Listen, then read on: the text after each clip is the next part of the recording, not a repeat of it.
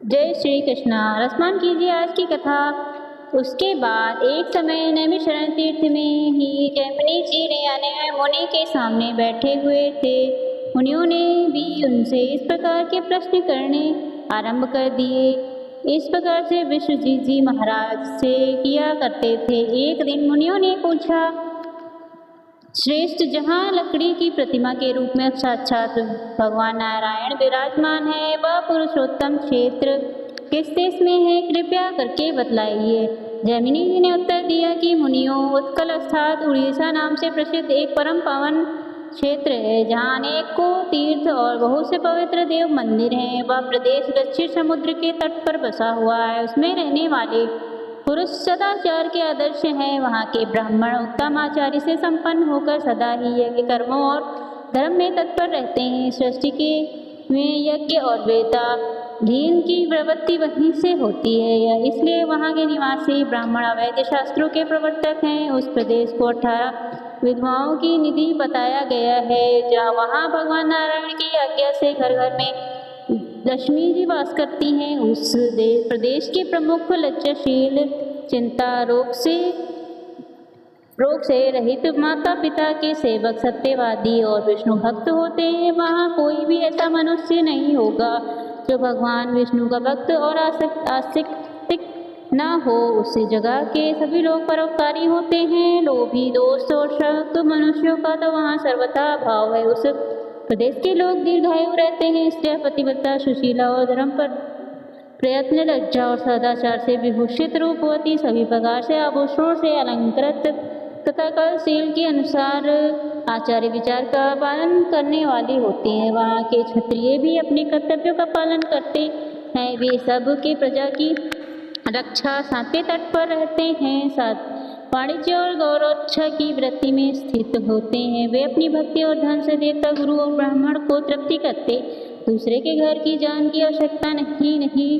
जाति से उस क्षेत्र के संगीत, काव्य, कल और शिल्प में कुशल और प्रवचन बोलने वाले होते हैं। धार्मिक स्नान, दान आदि कर्मों में तत्पर रहने वाले वे अपने मनवाणी, क्रिया तथा धन के द्वारा ब्राह्मण की सेवा में लगे रहते हैं। मेघ वहाँ पर आसामिक वर्षा करते रहते, विपरीत भाव नहीं धारण करती और मेघ असमय वर्षा न करके वहाँ पर कभी खेती को हानि नहीं पहुँचाती। हवा कभी कष्ट वहाँ नहीं होता और प्रजा को कभी भूखा पृथ्वी पर होने वाली कोई अलग भी नहीं, अर्थात सभी वस्तुएं वहाँ सुलभ हो जाती हैं। वही प्रदेश में श्रेष्ठ देशों में श्रेष्ठ उत्कल है। दक्षिण समुद्र में मिलने वाले ऋषि कल या नदी तक पहुंचकर स्वर्ण रेखा और महानदी के बीच में जो प्रदेश से प्रतिष्ठित है, वहीं उत्कल अर्थात उड़ीसा है। इस पर पवित्र प्रांत में बहुत से उत्तम क्षेत्र हैं। सतयुग नाम से प्रसिद्ध एक श्रेष्ठ राजा हुए। उनका जन्म सूर्यवंश में हुआ। वह ब्रह्मा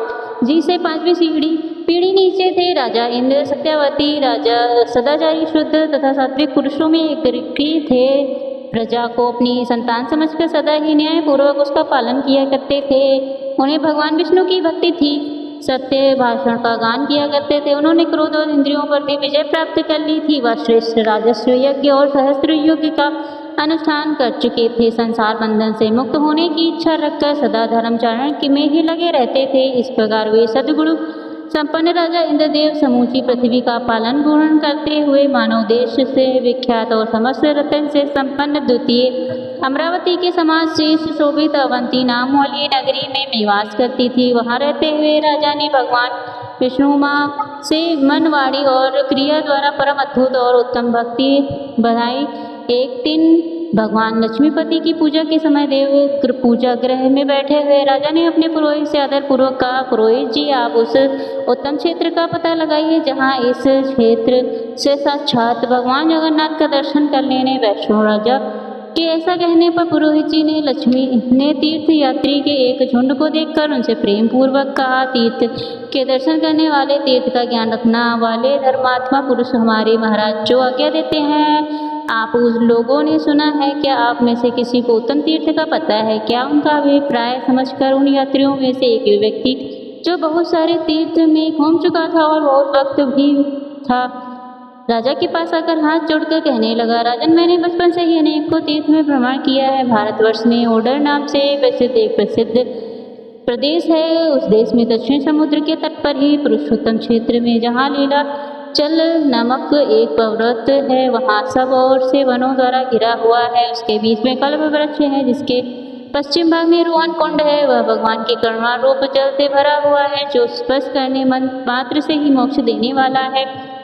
उसके पूर्वी तट पर रुद्र नीलमणि भगवान वसुदेव की प्रतिमा है, जो साक्षात मोक्ष प्रदान करने वाली है। उस कुंड में स्नान करके जो भगवान पुरुषोत्तम का दर्शन करता है वह मुक्त हो जाता है। वहाँ सबर नामक दीपक नामक एक श्रेष्ठ आश्रम है, जो भगवत विग्रह से पश्चिम दिशा में स्थित है। उस आश्रम से एक पगडंडी का रास्ता है, जिससे भगवान विष्णु के स्थान तक जाया जा सकता है। वहाँ शंकर चक्र गदाधारी साक्षात भगवान जगन्नाथ विराजमान है। वे करुणा के समुद्र हैं, दर्शन मात्र से ही सब जीवन को मुक्ति प्रदान करते हैं। राजन, नाथ जी की प्रसन्नता से मैंने 1 वर्ष तक पुरुषोत्तम क्षेत्र में निवास किया। मैं मूर्ख था, उनकी कृपा से इस समय 18 विद्याओं में प्रवीण हो गया। मेरी बुद्धि भी शुद्ध हो गई, जिससे भगवान विष्णु के शिव और कुछ नहीं अच्छा लगा। पता है, आप सदैव दृढ़ता पूर्वक उत्तम व्रत का पालन पूर्ण करने वाले विष्णु भक्त हैं, इसलिए मैं आपके आसपास आया हूँ। आपके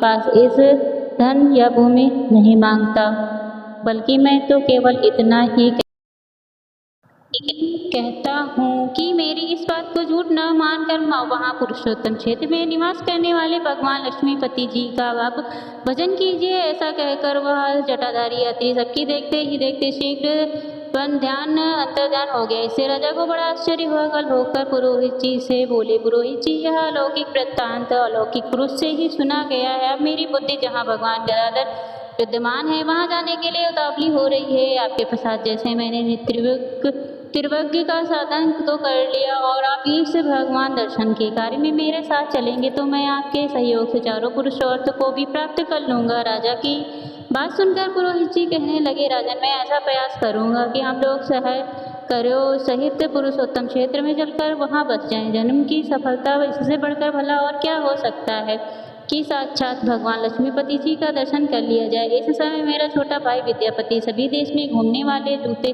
के साथ वहाँ जाएगा और जगन्नाथ जी का दर्शन करके उस पर्वत सैनिक के रहने योग्य स्थान का पता लगाकर फिर वहाँ हमें सब समाचार बता देगा। इससे हम लोगों का ही कल्याण होगा। पुरोहित जी की बात सुनकर राजा इंद्रदान ने कहा, ब्राह्मण, बहुत अच्छा, मैं भगवान विष्णु के समीप इस क्षेत्र चलकर गुजरूंगा।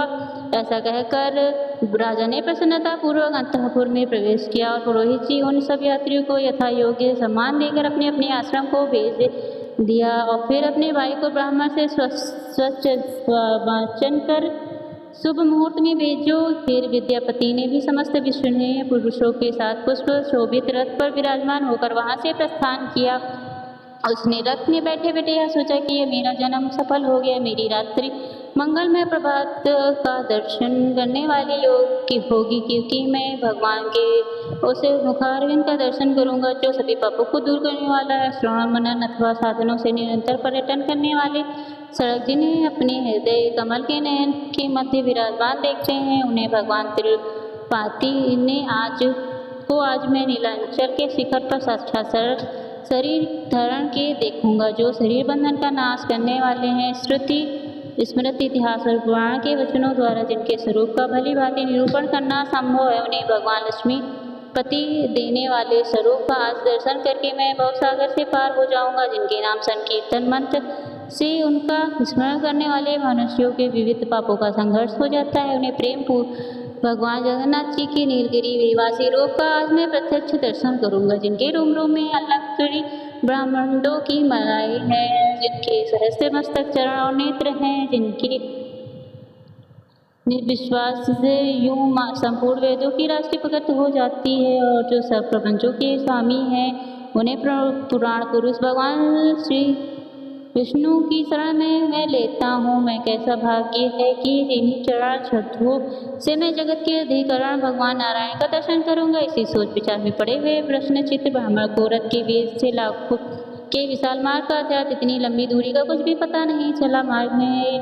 निकान पर्वत का दुर्गम स्थान देखते हुए सूर्यास्त में हमें महानदी के तट पर जा पहुँचे। रथ से उतरकर विविध पूर्वक नित्य कर्म किया और सायं संध्या करके भगवान मधुसूदन का ध्यान किया। इसके बाद वह रथ पर बैठे ही उन्होंने रात बीते प्रातःकाल होने पर शीघ्र ही महानदी को पार किया। फिर प्रातःकालीन कर्म समाप्त करके रथ पर आप होकर गोविंद में चिंतन करते हुए आगे की प्रस्थान किया। भगवान के निकट जाने वाले मार्ग को देखते हुए वन में जा पहुँचे। उसके बाद कल्प